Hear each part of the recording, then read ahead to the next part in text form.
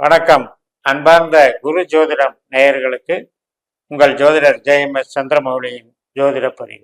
இந்த பதிவு துலா லக்ன அன்பர்களுக்கு துலாத்துக்கு ஜூலை மாதத்திற்கான பலன்களை இந்த பதிவில் பார்க்க இருக்கோம். இப்போ நம்ம துலா லக்னத்திற்கு 8ஆம் இடத்துல குரு பகவான் இருக்காரு, 6ஆம் இடத்துல ராகுவும் 12ஆம் இடத்துல கேதுவும் இருக்காங்க, சனி 5ஆம் இடத்துல இருக்காங்க. செவ்வாய் கிரகம் மேஷம் முதல் ரிஷபம் வரை டிரான்சிட் ஆகுது. சூரியன் புதன் சுக்கிரன் எல்லாம் மிதுனத்துல கடகத்துல டிரான்சிட் ஆகுது. புதன் சிம்மத்துக்கு கூட 20ஆம் தேதி வந்துடுவார். ஸோ இந்த நட்சத்திர ரீதியாக இந்த கிரகங்கள் பயணிக்கிறதை எல்லாமே கருத்தில் கொண்டுதான் நம்ம இந்த பலன்களை சொல்றோம். ஒரு கிரகம் என்பது இருக்கிற இடத்தினுடைய பலனை தராது, அது செல்லுகின்ற நட்சத்திரத்தின் பலனை தரும். அந்த நட்சத்திர அதிபதிகளும் சஞ்சாரத்திலே நகர்ந்து கொண்டே இருக்கின்றன. அப்ப எந்த பாவ தொடர்புகளில் இருக்கிறாருன்னு பார்த்து தான் நம்ம பலன் எடுக்கணும்.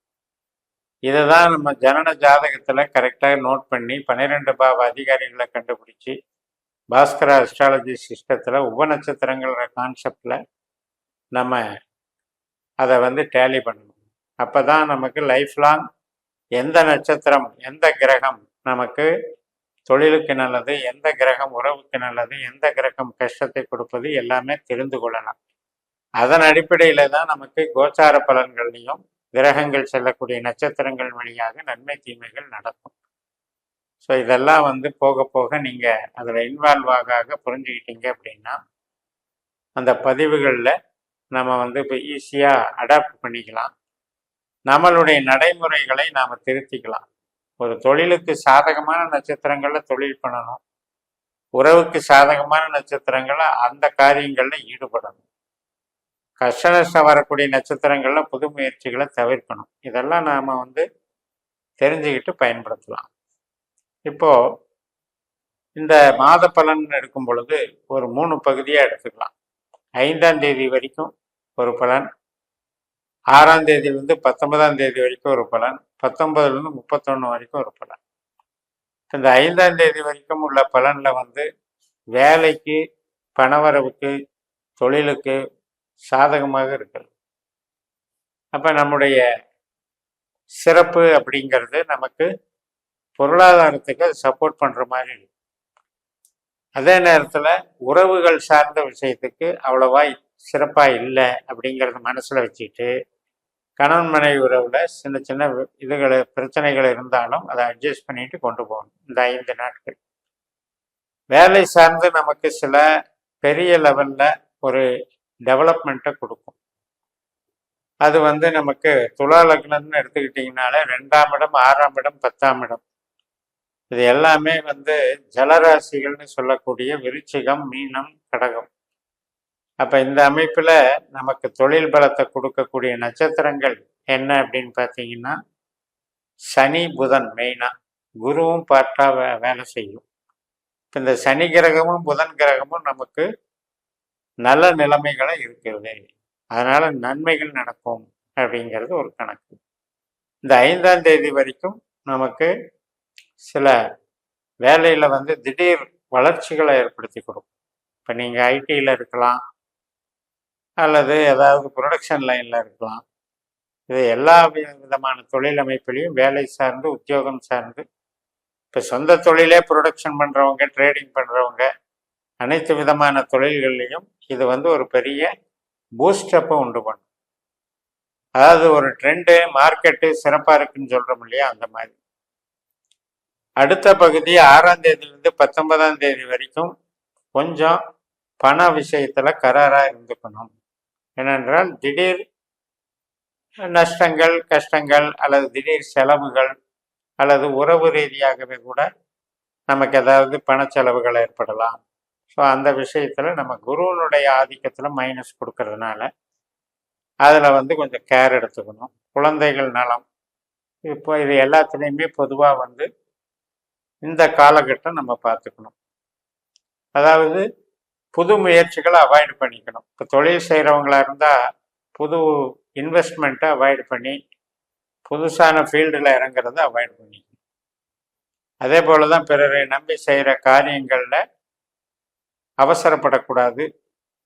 பார்ட்னர்ஸும் ஆகட்டும், லைஃப் பார்ட்னர்ஸ் ஆகட்டும், கணவன் மனைவி உறவில் பேச்சுவார்த்தைகளில் நிதானத்தை கடைப்பிடிக்கணும்.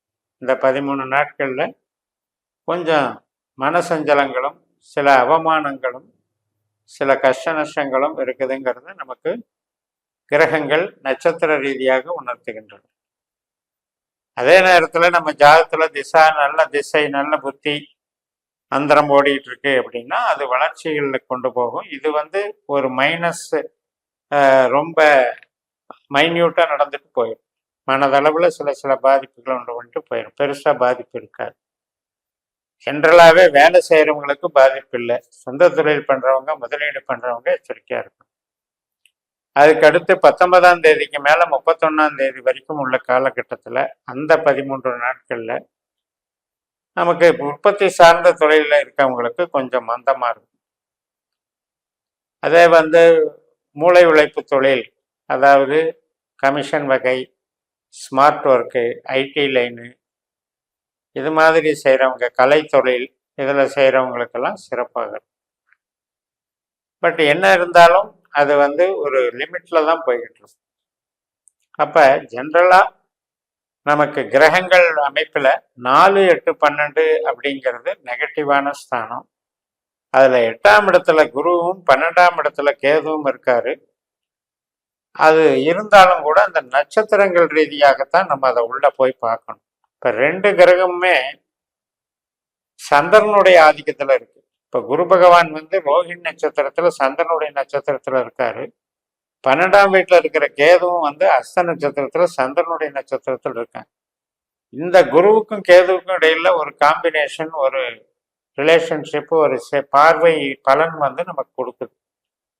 ஆனா அது 8ஆம் இடத்துலையும் 12ஆம் இடத்துலையும் கொடுக்கறதுனால இது கஷ்ட நஷ்ட விரயஸ்தானம் அப்படிங்கிறதுனால நம்ம அந்த வேலை கொஞ்சம் கேர் எடுத்துக்கணும். இந்த கிரகங்கள் நல்ல கிரகங்கள் தான். சில பேருக்கு ஆன்மீக ரீதியாக சில அமானுஷ்யங்களை நடத்தி கொடுக்கக்கூடிய ஒரு நல்ல அமைப்பும் இருக்கு.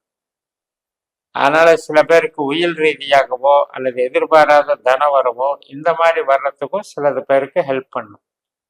பட் ஜென்ரலா நம்ம புரிஞ்சிக்க வேண்டியது 8ஆம் இடத்துல கிரகம் இருந்தாலும் 12ஆம் இடத்துல கிரகம் இருந்தாலும் அவர்களுடைய வலிமை என்பது சற்று குறைவுதான். அது சுப கிரகமாகவே இருந்தாலும் கூட. பட் இப்ப என்னன்னா சந்திரன் நமக்கு யாருன்னு பார்க்கணும். சந்திரனுடைய நட்சத்திரத்துலதான் இந்த 2 பேர் இருக்காங்க. அப்ப சந்திரன் நம்மளுக்கு 10ஆம் அதிபதி, தொழில் ஸ்தானாதிபதி. அதனால தொழிலை கெடுக்க மாட்டேன். அடுத்த பகுதியில இதெல்லாம் கண்காணிச்சுக்கணும். இந்த 19ஆம் தேதியிலிருந்து 31ஆம் தேதி வரைக்கும். அப்ப ஜென்ரலாவே ஓவராலா பார்த்தீங்கன்னா உறவுகள் சார்ந்த விஷயத்திலையும் பிறரை நம்பி செய்யக்கூடிய செயல்பாடுகள்லையும் அதே போல உடல் ஆரோக்கியத்திலையும் நம்ம ஒரு சிரத்தையா நம்ம உடம்பை மெயின்டைன் பண்றதுலையும் நம்ம கவனம் செலுத்திட்டோம் அப்படின்னா இந்த மாதம் சிறப்பாக இருக்கும் என்று கூறி நிறைவு செய்கிறேன். இந்த சேனலை சப்ஸ்கிரைப் பண்ணி ஷேர் பண்ணுங்க. உங்க தனிப்பட்ட ஜாதக பலாபலன்களை என்னுடைய வாட்ஸ்அப் நம்பரில் தொடர்பு கொண்டு பலன் பெறுங்கள். உங்களிடமிருந்து விடைபெறுகிறேன். உங்கள் JMS. நன்றி, வணக்கம்.